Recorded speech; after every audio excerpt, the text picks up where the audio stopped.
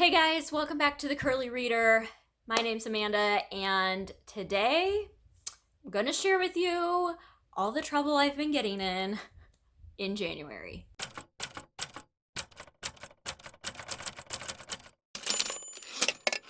Alright, so I placed not one, not two, but 3 book outlet orders just in the month of January. I had a problem. We know this. My husband and I have had a conversation. I need to chill out. I'm going to chill out. But today I'm going to share with you all of the books that I bought from Book Outlet in January. So let's just get into this because it's a bit of a doozy. So the first thing that I got, I am so excited about these guys. If you do not know, Book Outlet is a website where you can get discounted books. They're oftentimes like discarded or like overstock, things like that. But one of my favorite things to get from Book Outlet is classics. So these are some classics that I got for dirt cheap. The first 2 that I got are Alice's Adventures in Wonderland and Pippi Longstocking. These are both in the Puffin Chalk edition. I love these books. I currently already have Black Beauty and Peter Pan. Peter Pan is what started my addiction to these books. I got this at a library book sale a while back. The rest of these I have found all on Book Outlet. I have one more that I want to get. There's actually 2 more in the series. I'm still missing Wizard of Oz. And then they also have Christmas Carol, but I already have the Christmas Carol and I like the edition I have, so I don't feel the need to get that one. But I'm so excited. How cool are these? They just look like chalkboard drawings. Here's Alice's Adventures in Wonderland. This is an old one that I got a while ago, Black Beauty. But now I was able to add these 2 to my collection. And then the rest of these are the Puffin Classics edition of a bunch of different classics. So I got The Adventures of Robin Hood, Heidi, Tales of the Greek Heroes, which I just love that. A copy of Hans Christian Andersen's Fairy Tales. Aesop's Fables, which I'm very excited about as well. This one's different. This one is, I think maybe these other ones might be the UK covers, and this one might be, yeah, these are the UK covers. This is the US. No, this is UK as well. I don't know what I'm talking about, but this one's a little bit different. That's okay. And then I also got Around the World in 80 Days. So those are the classics that I bought. These were all less than $2 a piece on Book Outlet. So I love these editions. I just think that they are such a fun size. I have a handful of other ones already in my collection, and so I just really love having those, and I look for those every time I go on Book Outlet. All right, now on to novels, other novels. Those are novels too. Whatever. Let's go through adult first. So the first one that I got is Iscariot by Tosca Lee. I got this purely because Katie from Life Between Words had it in her favorites of last year. It is a novel of Judas Iscariot. It is a basic, I think it's historical fiction, of Judas Iscariot. It's like the reimagining of the deep dive of his life. It says, it is a compelling portrait of biblical history's most maligned character, from his tumultuous childhood to his emergence as the man known to the world as the betrayer of Jesus. But even more, it's an extraordinary view into the life of Jesus that forces us to re-examine everything we thought we knew about one of the most famous and infamous religious icons in history. I've heard amazing things about this, so I got that.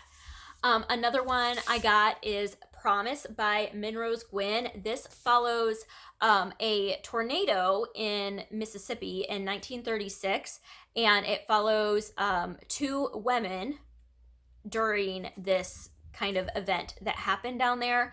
It says 2 women worlds apart, one black, one white, one great-grandmother, and the other a teenager, fight for their family survival in this lyrical and powerful novel. So that one sounded really interesting, really good. One that I've had on my Goodreads TBR for a while is The Royal Nanny by Karen Harper. This, I believe, follows in 1897, a young nanny arrives at Sandringham ancestral estate of the Duke and Duchess of York. She's excited, exhausted, and about to meet royalty. And so this is the story of Charlotte Bill, who would care for generations of royals as their parents never could. So that sounded interesting. This one I am so excited about. I got Greenwood by Michael Christie. I first heard about this on Brie at Call Me After Coffee's channel, but I love this edition. Look at this. It looks like wood grain. Like, how cool is that? It says it's 2038, and Jake Greenwood is a storyteller and an overqualified tour guide babysitting an ultra-rich eco-tourist in one of the world's last remaining forests. It's 2008, and Liam Greenwood is a carpenter sprawled on his back after a workplace fall and facing the possibility of his own death. It's 1974, and Willow Greenwood is just out of jail for one of her environmental protests attempts at atonement for the sins of her father's once vast and rapacious timber empire. What's up, buddy? My egg later.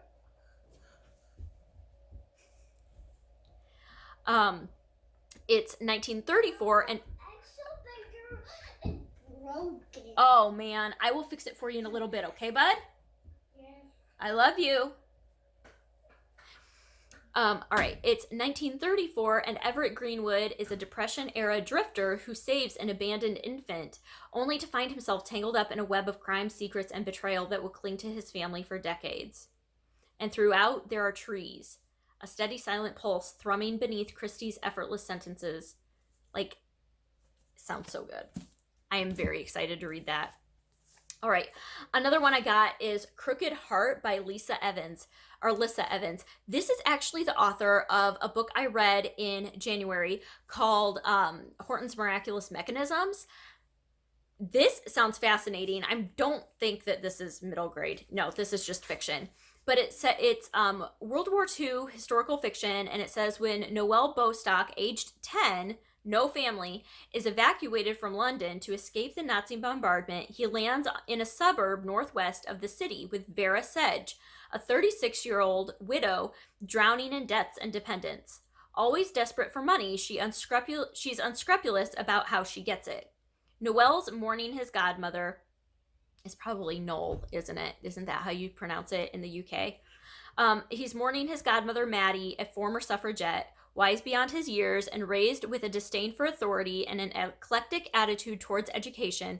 He has little in common with other children, and even less with the impulsive V, who hurtles from one self-made crisis to the next. The wars provided unprecedented opportunities for making money, but what V needs, and what she's never had, is a cool head and the ability to make a plan. On her own, she's a disaster. With Noel, she's a team. Together, they cook up a scheme, crisscrossing the bombed suburbs of London. V starts to turn a profit, and Noel begins to regain his interest in life. But there are plenty of other people making money off the war, and some of them are dangerous. Noel may have been moved to safety, but he isn't actually safe at all. Tell me that does not sound so good. Crooked Heart by Lissa Evans. Very intrigued by that. All right, I was also able to pick up Jodi Picoult's A Spark of Light. This is her fairly new release that follows, I believe, an abortion clinic. Yeah, so like there's a bomb threat at an abortion clinic, or a gunman. There's a shooting. That's what it is. There's a shooting at an abortion clinic, and the police hostage negotiator finds out that his daughter's inside. Classic Jodi. All right. This one I'm super excited about, The Trick by Emanuel Bergman. Prague, 1934, a rabbi's son joins a traveling circus and rises to fame as a magician under the stage name The Great Zambatini, just as Europe descends into World War II. When Zambatini is discovered to be a Jew, his battered trunk full of magic tricks becomes his only hope of survival. Los Angeles, 2007, you get 10-year-old Max Cohn finds a scratched-up LP that captured Zambatini performing his greatest illusions. But the track in which Zambatini performs his eternal love spell, the one Max believes will keep his disintegrating family together, is damaged beyond repair. And so, yeah, like, that sounds so good to me. All right. I also picked up the Tubman Command. This has to do... Whoa, apparently my children are moving furniture downstairs. Did not know that. Let's close that. Okay. All right, so this has to do with Harriet Tubman and the Civil War, May 16, 1863. Let's see, South Carolina, one very special woman codenamed Moses is hatching a spectacular plan. So yeah, the Tubman Command tells the story of Tubman at the peak of her powers when she devises one of the largest plantation raids of the Civil War. So that sounded really interesting. And then the last one I got is The Peacock Summer by Hannah Rochelle. And this one is dual timeline. One of the timelines is summer 1955. Lillian Oberon is young, beautiful, and married to the wealthy, handsome Charles Oberon. She's also the mistress of Cloudsley, a lavish country estate, and the stepmother to a young boy she loves dearly. But not long after her wedding, she begins to feel she's just another of her husband's possessions, an object d'art captured within the manor walls. Bound by familial duty and love, she tries to make peace with her unfulfilling marriage until a charismatic artist comes to stay and makes her re-examine everything. And then present day, Maggie Oberon is in Australia, trying to hide from the mess she's made of her life back in England. When her beloved grandmother becomes ill and Maggie must return to Cloudsley, she's dismayed to find the once opulent estate crumbling to decay. And so... yeah, but within them also lies the key that could change its legacy and Maggie's life forever. It's just kind of an estate thing. That one sounded fun. Okay, now let's talk middle grade. Okay, so there's quite a stack here. Who's surprised? First one, I'm just going top to bottom. Lucky Broken Girl by Ruth Behar. This one sounds so good. Ruthie Mizrahi moves with her family from her homeland in Cuba to the bustling streets of New York. It's a lot to take in. New sights, new sounds, new language, but she's adjusting. She's already mastered English and has made some friends. But then Ruthie is in a car accident and she ends up in a body cast that stretches all the way from her chest to her toes.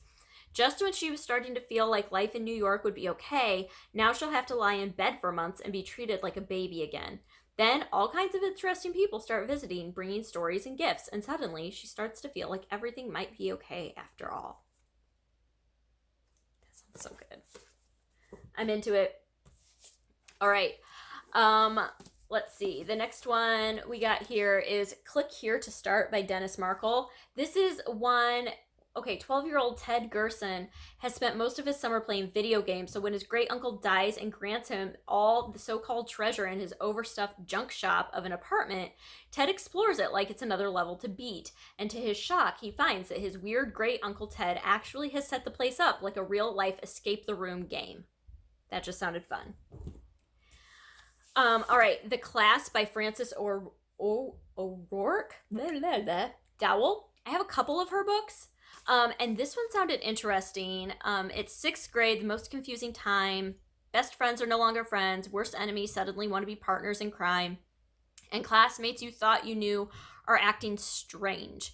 The kids in Mrs. Herrera's class are dealing with all these things plus 3 more. There's a new girl who seems to be spying on them and scribbling things in a notebook. Maybe she is a spy. Someone is stealing Mrs. Herrera's most treasured items, the ones in the Do Not Touch case. And they discover that one of their classmates, Sam, isn't supposed to be a classmate at all, which leads to the 4th thing. We can't tell you about that yet. The 20 kids in Mrs. Herrera's classroom can, though, and they do, every single one of them. So it sounds like it's told from the point of view of every kid in the class sort of thing. That sounded fun. All right, trying to organize things here. All right, next I have Things Too Huge to Fix by Saying Sorry by Susan Vaught. This is one that was a cover by. Sooner or later, we're all going to be okay. That's what Grandma Beans used to say before she got Alzheimer's. Lately, Danny isn't so sure she was right. In fact, Danny isn't sure of a lot of things, like why Mac Richardson suddenly doesn't want to be her friend, why Grandma Beans and Avidel Richardson haven't spoken in decades. Grandma Beans doesn't always make sense, but when she does, she tells Danny to find a secret key in an envelope she's hidden. Danny can't ignore her, so she investigates with the help of her friend, Indri, and her not friend, Mac. Their investigation takes them deep into the history of Oxford, Mississippi, and the riots surrounding the desegregation of Old Miss. The deeper they dig, the more secrets they uncover. Were Grandma Beans and Avidel at Ole Miss the night of the Meredith riot? And why would they keep that a secret? The more Danny learns about her grandma's past, the more she learns about herself and her own friendships, and it's not all good news. History and present day collide in this mystery that explores the profound consequences of racism and segregation. Sounded fascinating. All right. I also picked up Song for a Whale by Lynn Kelly. This is one that I've heard a lot of really good things about, and it's basically about a deaf girl who, it's something having to do with, this is the library binding, so it's not going to have anything on it. She kind of gets paired up with this whale who he is on a different frequency than his pod, and so she tries to invent something so that he can talk to his pod. I don't know. I've heard really, really good things about it though, so I got that one. Another one I've heard really good things about, this one I got mainly because of Katie, A Life Between Words again, and that's Savvy by Ingrid Law. This has to do with magic of some sort. Mibs can't wait to turn 13, the age when all Beaumonts discover their supernatural power. They're savvy, but when Papa is hurt in a terrible accident just before her birthday, Mibs needs more than just fantastic magic. It will take a new friend, strong family, and an extraordinary adventure to set things right again. I've heard this is fantastic though, so I got that. Another one that was a recommendation from Katie, are we seeing a theme here, was Two Roads by Joseph Bruchac. But this is set in 1932, and it has to do with the Indian training schools that they had. So they've been writing, this kid and his dad have been riding the rails for a year after losing their farm. And then his dad decides he's going to go to Washington, D.C., and Cal can't go with him. So his dad tells him something he never knew before, that he's a Creek Indian, which means Cal is too. And his dad has decided to send Cal to Chalagi Indian School, a government boarding school for Native Americans in Oklahoma. That's all I really needed to know to get that one. All right, another cover by for me is Dear Sister. This is by Allison McGee, illustrated by Joe Blum. And this is basically like this kid's parents won't let him tell his sister like what he really thinks. And so he writes her all these letters, and it's just all these letters that this kid writes to his sister over the years. And I thought that sounded fun. All right, we're getting to the bottom of the pile here. We only have a few more left. All right, I got The Unsung Hero of Birdsong USA by Brenda Woods. This sounds so good. I'm planning on reading this one in March, for middle grade March. But it is set in the South after World War II, and it follows a kid who basically befriends a Black World War II vet. The kid, I'm pretty sure, is white, and they become friends, and the vet starts kind of getting harassed by people in town. And so, yeah, I just find that whole premise fascinating. I got book 1 of Tilly and the Book Wanderers, Pages and Co., The Book Wanderers by Anna James. This is one about a girl who can travel like in and out of books. That's all I really know. I've heard really good things about this one as well, though. All right, where am I at? I got 2 Kimberly Brubaker Bradley books, one I've read and one I haven't. The one I've read is The War I Finally Won. This is the sequel to The War That Saved My Life. I really enjoyed this one. I already own The War That Saved My Life, so now I have this one too. These are World War II historical fiction. And then I also picked up The Lace Maker and the Princess. I have no clue what this is about, but it came up when I searched for Kimberly Brubaker Bradley, so I bought it. I literally have no idea what it's about. Isabel is a lace maker in the town of Versailles. As she is delivering lace to the palace one day, she's almost trampled by a crowd of courtiers, only to be rescued by Marie Antoinette, the queen. Suddenly, Isabel is transformed from commoner to companion of the queen's daughter, complete with a new name, wardrobe, and lavish lifestyle. That sounds interesting. I would read that. All right, I picked up the young readers version of Just Mercy by Brian Stevenson. I read the adult version of this 2 years ago and loved it, and picked this one up so that my kids could read it. This follows Brian Stevenson's story. Oh my goodness, my kids are screaming.